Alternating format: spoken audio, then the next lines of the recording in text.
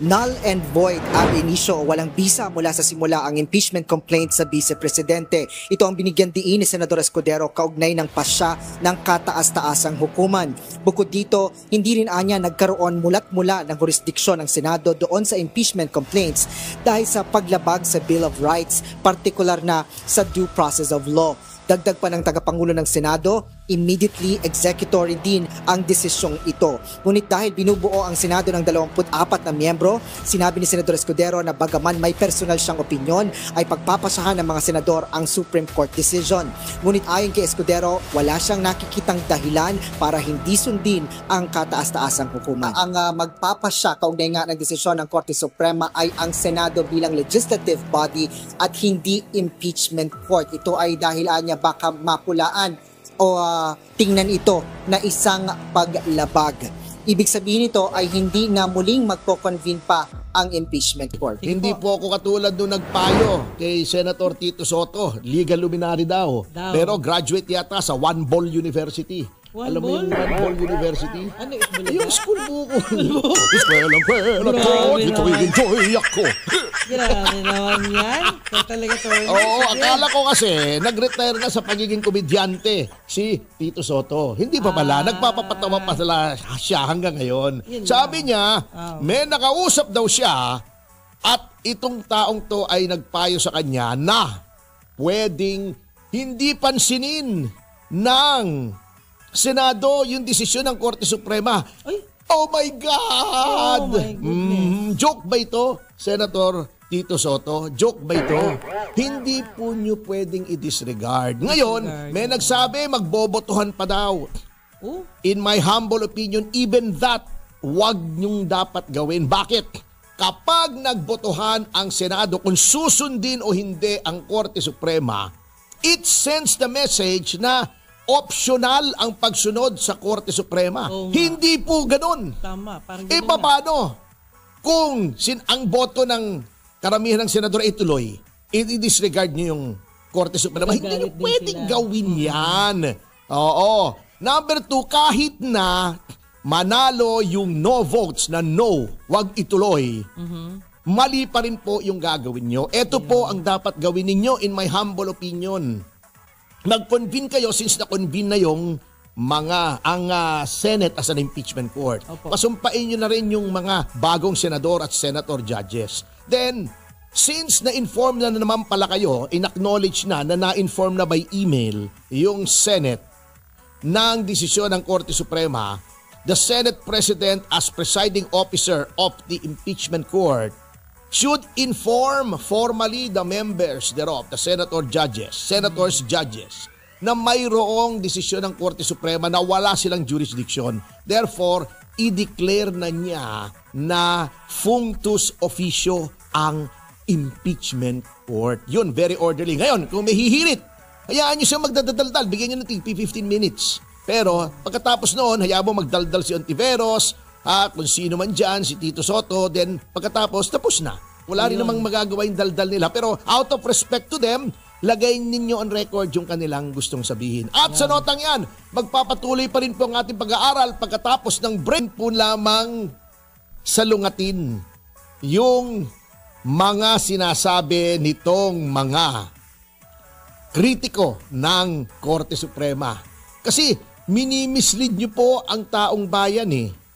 Unang-una sabi nila, dahil daw sa ginawa ng Korte Suprema, nawala na daw yung transparency at accountability. Hindi po. Yung impeachment lang po ang pinigil. At bakit pinigil? Kasalanan nyo rin pong mga taga-kamare. Mali nga eh, palpak kayo. Bago sasabihin nyo, mali ang Supreme Court, kayo palpak eh. Ngayon pag sinabi, palpak, nagagalit kayo, o di ba? Dahil naging apat yung magulo at saka hindi malaman yung timeline. Mga sinasabi nila, mali daw yung timeline ng Korte Suprema. Tinatanong kayo eh. Kung ano yung timeline, di ba? Sabi nila, hindi kami sasagot. Yan ay internal matter. Wala kayong pakialam dyan. Walang pakialam. Di talo kayo. Ang yabang nyo eh. Sinasabi nila na wala daw yung transparency at accountability. Hindi naman po kayo pinipigil na magdemanda. Diba? I-demanda nyo si Vice President Sara Duterte sa Ombudsman. Ay. 'Di ba? Hindi naman po immune from suit ang Vice President. sino. Sa aking paniniwala, ewan ko kung mali ako o tama ha, hindi naman ako legal luminary, hindi naman ako gumraduate sa One Ball University. Ha? Dalawa ang aking balls, hindi one ball. Oo. Grabe. Sabi nga nila, tatlo pa nga eh. Kaya noon, ipinusta ko yung isa eh. Oo, kasi tatlo. Sobra-sobra. Oo. Anyway, bakit hindi nyo idemanda administratively? Pwede naman po. Ha? Pwede. Ang dami nyo pang paraan laban kay Vice President Sara Duterte. Walang sovereign immunity. Hindi katulad ng Pangulo, impeachment lamang. Nililin lang nyo yung taong bayan eh. Pambihira kayo. So, ano mong mangyayari dyan, attorney? Kasi ayaw nila Demanda makinig. nila habang hinihintay nila yung February 6, 2026. Hindi naman sinabing kahit kailan, wag na kayo mag-file ng impeachment lamang. Hintayin niyo yung 1 year. At yung 1 year, nag-umpisa ng February 5, so 1 year from February 5 is February 6. Yan. Hindi po inamyendahan ng Korte Suprema ang konstitusyon. Wala pong sinabi ang Korte Suprema na wala sa konstitusyon o mga kaso na dati nang napagdesisyonan ng Korte Suprema. Noong pa. Mga precedents. Number 3, eto kapastusan ninyo ha. Sasabihin nyo, dahil nga puro appointee ni Duterte. Kaya nanalo. Alam nyo, unang-una, hindi po kasalanan ni Pangulong Duterte na bumagsak sa kanyang termino ang maraming justices na nagretiro. Ano gusto nyo gawin? Huwag i-appoint. In-appoint niya kasi wala naman pwedeng mag-appoint eh. Walang available. Yung iba ron kilala ko personally, hindi naman mga personal na tao ni President Duterte yun. Ayun. Number 4, yung mismong ponente, si Senior Associate Justice Leonen, appointee po ni Pangulong Aquino III yun. Ayan pala eh. Kasi this is how it goes mga kasama. Hindi kasi marunong sa korte yung mga hindi abogado. Alam niyo po, hindi ko minamalit ng hindi abogado. Kasi ako, pagdating sa health ko, katulad niyan, sa Biyernes, magpapatingin ako sa doktor. Kasi, masakit yung puwet ko.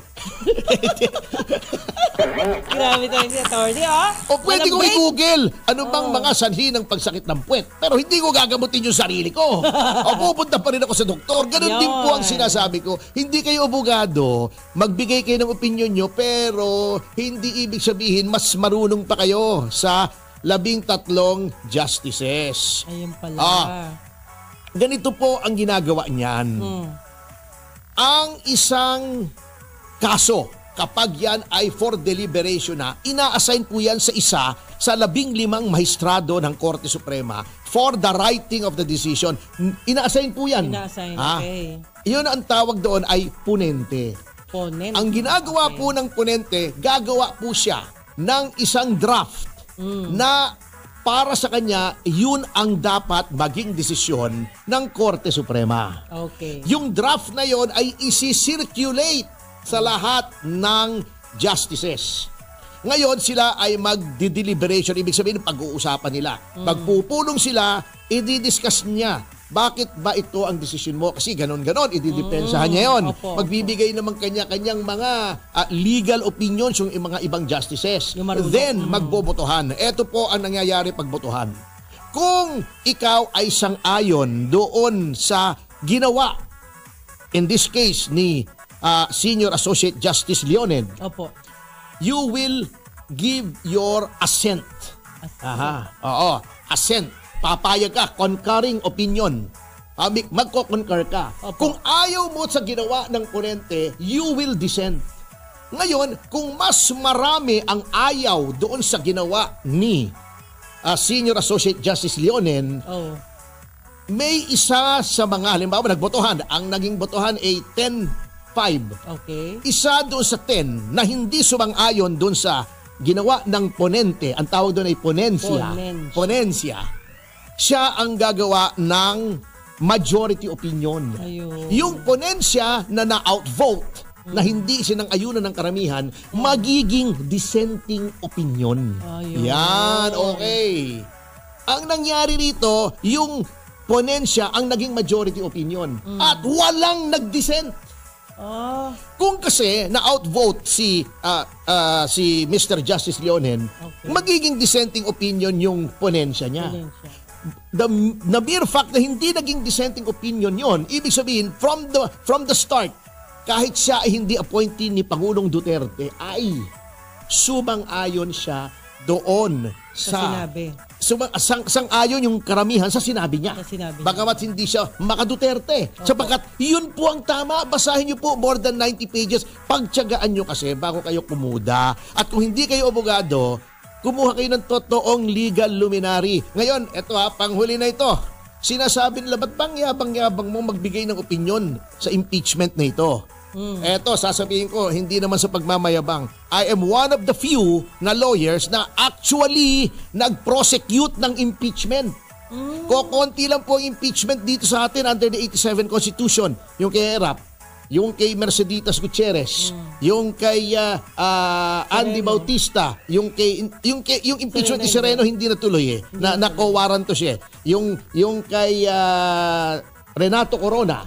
Ako doon sa kay Andy Bautista at successfully na-impeach po namin si COMELEC Chairman Andy Bautista. Ako po yung complainant, ako na rin yung abogado. Na-transmit po yung impeachment na yan sa Senate. Kaya lang nag-resign si Chairman Bautista kaya hindi natuloy. Naging moot and academic. Sabi nga nila, mute and epidemic.